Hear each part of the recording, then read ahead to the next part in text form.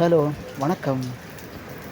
நீங்க பார்க்குற மீன்கள் பாருங்க, 2 மீன் அழகா தண்ணியிலருந்து அதுகள் தண்ணிய உறிஞ்சிக்கிட்டே இருக்குது.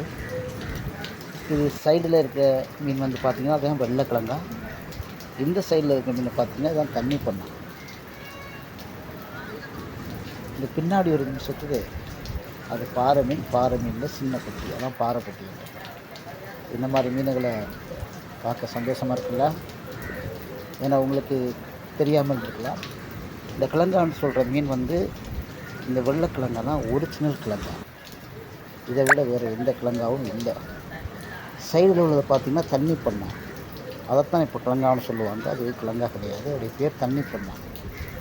2மே 3மே தொட்டியில வளர்க்கப்படுற மாரி இருக்கு. பாருங்க. இந்த மீன நீங்க பாருங்க. இந்த மீன நீங்க பார்த்துட்டு, நீங்க வாங்கும்போது வாங்கிட்டு கமெண்ட்ல போடுங்க.